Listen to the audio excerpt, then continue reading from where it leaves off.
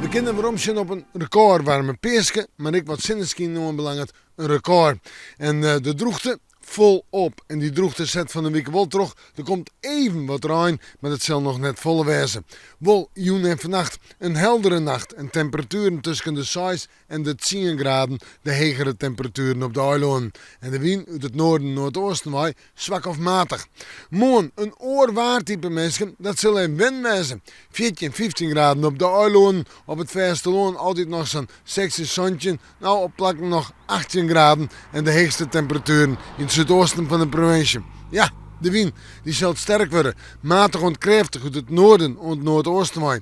En die krachtige wind verklaren tegelijkertijd de temperatuur onder invloed van het koude zeewater dat die leger komt te liggen.